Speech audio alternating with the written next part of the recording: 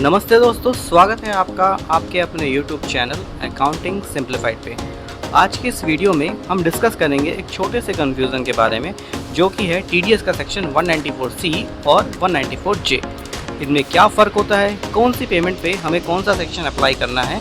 आज की इस वीडियो में हम यही सीखेंगे, क्योंकि अगर आपने गलत सेक्शन अप्लाई कर दिया तो आप पे लग सकता है फ़ाइन, पेनल्टी और बहुत सारे नोटिस। तो चलिए शुरू करते हैं आज की इस वीडियो को। तो सबसे पहले बात करते हैं हम TDS on contract section 194C। आप इसको ऐसे समझ सकते हैं जैसे आपने किसी से वर्क के लिए कॉन्ट्रैक्ट किया है या किसी सर्विस का काम कराने के लिए आपने किसी से कॉन्ट्रैक्ट किया है, तो इस केस में आपका लगता है सेक्शन 194C। इसका एग्जांपल आप ले सकते हैं जैसे आपने किसी से मैन पावर का काम करवाया है, या किसी से आपने सिक्योरिटी सर्विस ली है, या कोई आपने ट्रांसपोर्टेशन का काम करवाया है, या आपने प्रिंटिंग एंड स्टेशनरी का काम करवाया है, किसी से बिल्डिंग रिपेयर वगैरह करवाई है, तो इस केस में लगता है सेक्शन 194C। इसमें देखने वाली बात यह है, कोई भी इसमें टेक्निकल या प्रोफेशनल स्किल्स की ज़रूरत नहीं है, तो इसलिए आपका यहाँ पे सेक्शन अप्लाई होता है 194C, क्योंकि ये मैनुअल एक तरीके से वर्क है, हार्ड वर्क टाइप में हो गया। ठीक है, मैनुअल वर्क हो गया, किसी स्किल्स की ज़रूरत नहीं है, कोई प्रोफेशनल टेक्निकल स्किल्स की ज़रूरत नहीं है, इसलिए आप पे सेक्शन लगा है आपका 194C। तो अब बात करते हैं इसके रेट्स के बारे में। तो बेसिकली इसमें दो ही रेट्स होते हैं, 1% और 2%। तो जैसे कि अगर आप अपने सामने वाली पार्टी जिससे आप कॉन्ट्रैक्ट कर रहे हो वो एक इंडिविजुअल है या फिर HUF है, तो आपको इस पे काटना है फ्लैट 1% का TDS। लेकिन अगर आपकी सामने वाली पार्टी कोई कंपनी है या फिर आपके सामने वाली पार्टी कोई पार्टनरशिप फर्म है, तो आपको इस पे काटना है 2% का TDS। यहीं अगर किसी भी पार्टी ने आपको पैन कार्ड देने से इनकार कर दिया, तो आपको इस पे काटना पड़ेगा फ्लैट 20% TDS। तो अब बात करते हैं इसकी थ्रेशोल्ड लिमिट के बारे में। तो इसकी वन टाइम की पेमेंट के लिए थ्रेशोल्ड लिमिट है 30,000 रुपीज़ की, और एनुअल के लिए पूरे साल में अगर आपने पेमेंट करी है 1 लाख से ऊपर, तो आपको इस पे TDS काटना पड़ेगा। इसके एग्जाम्पल के तौर पे, तो जैसे अगर आपने किसी से आपने कॉन्टैक्ट करा है, कोई आपने ट्रांसपोर्टेशन का सर्विस ली है या आपने किसी से प्रिंटिंग का काम करवाया है और आपने उसको वन टाइम पेमेंट करी है 40,000 रुपीज़ की, और आपकी सामने वाली पार्टी इंडिविजुअल HUF है, तो आपको इस पर 1% का TDS काटना है, जो कि बैठता है 40,000 का 1% 400 रुपीज़। यहीं आपकी सामने वाली पार्टी अगर कंपनी है या फर्म है, तो आपको इस पर 2% का TDS काटना है, जो कि बैठता है आपका 800 रुपीज़। यहीं अगर आपने सामने वाली पार्टी का पैन कार्ड नहीं लिया या उसने नहीं दिया, तो आपको इस पर 20% का TDS काटना पड़ेगा 40,000 पे। यहीं अगर इसी एग्जांपल में अगर आप पेमेंट्स को देखें, जैसे अगर उसने पेमेंट करी है एक बार में, आपने 20,000 कर दी, कभी 25,000 कर दी, कभी 30,000 कर दी, या उससे 30,000 या उससे कम पेमेंट करी है, लेकिन उसकी एनुअल जो पेमेंट की टोटल पेमेंट अगर उसकी 1 लाख क्रॉस करती है, तो तब भी आपको पूरे अमाउंट पे उसका TDS काटना है, भले ही हो 1% हो, 2% हो या फिर 20% हो।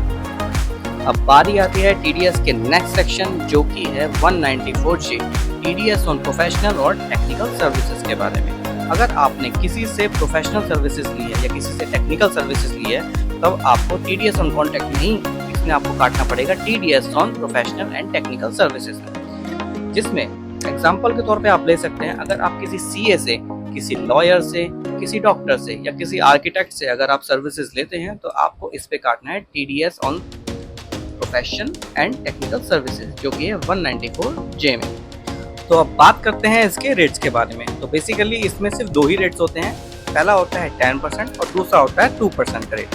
10% रेट उस पर लगता है जहाँ पे आप किसी से प्रोफेशनल सर्विसेज ले रहे हैं, जैसे आपने किसी को प्रोफेशनल फ़ी पे करी है, किसी को रॉयल्टी पे करी है, या फिर अगर आपने जैसे मान लीजिए कंपनी के डायरेक्टर को रेम्यूनरेशन अगर पे करी है, तो उस पर आपको जब भी आप उसको पेमेंट करेंगे, तो आपको इस पर 10% का TDS काट के देना होगा। यहीं अगर आप किसी से टेक्निकल सर्विसेज लेते हैं, यानी कि किसी से IT की सर्विस ले लें या किसी से कंसल्टेंसी की सर्विस लेते हैं और उसको पेमेंट करते हैं, तब आपको इस पर 2% का TDS काट के देना है।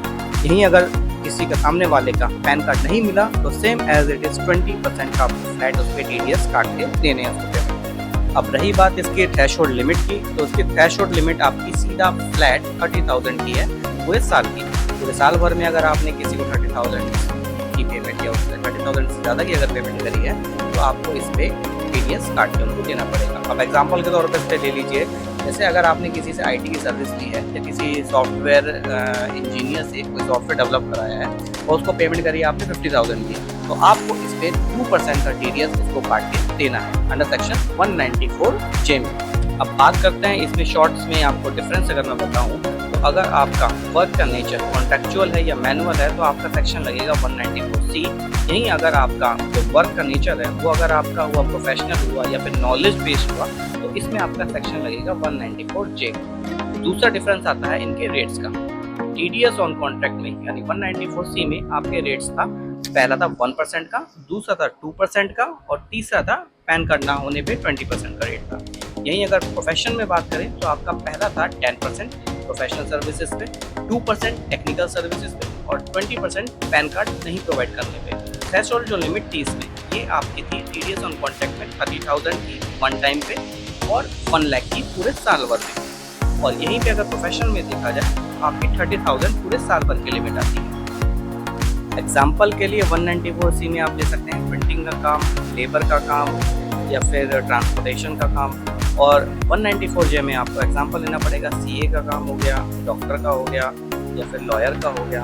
आपने इनमें से किसी सर्विस किया तो आपको 194J में इसको पेमेंट करनी पड़ेगी TDS काट के। अब इन शॉर्ट में अगर आपको इसको याद करना है तो उसकी ट्रिक आप ऐसे ले सकते हैं। अगर कोई मैनुअल ज़्यादा काम है, ठीक है, मैनुअल ज़्यादा काम है तो आप इसको डाल सकते हैं 194C में। यहीं अगर आपका प्रोफेशनल हो गया, टेक्निकल हो गया या फिर कोई भी ऐसा एडवाइजरी से रिलेटेड अगर काम है तो इसको आप डाल सकते हैं 194J सेक्शन में। तो दोस्तों इतना सब कुछ सुनने के बाद आपको ये तो समझ में आ गया होगा कि TDS के सेक्शन 194C और 194J में एक्चुअल में डिफरेंस है।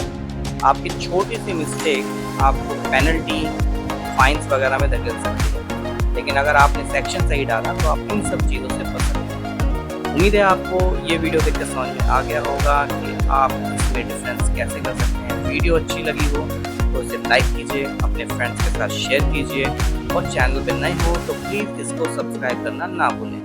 मिलते हैं आपसे नेक्स्ट वीडियो में, तब तक के लिए जय हिंद, वंदे मातरम।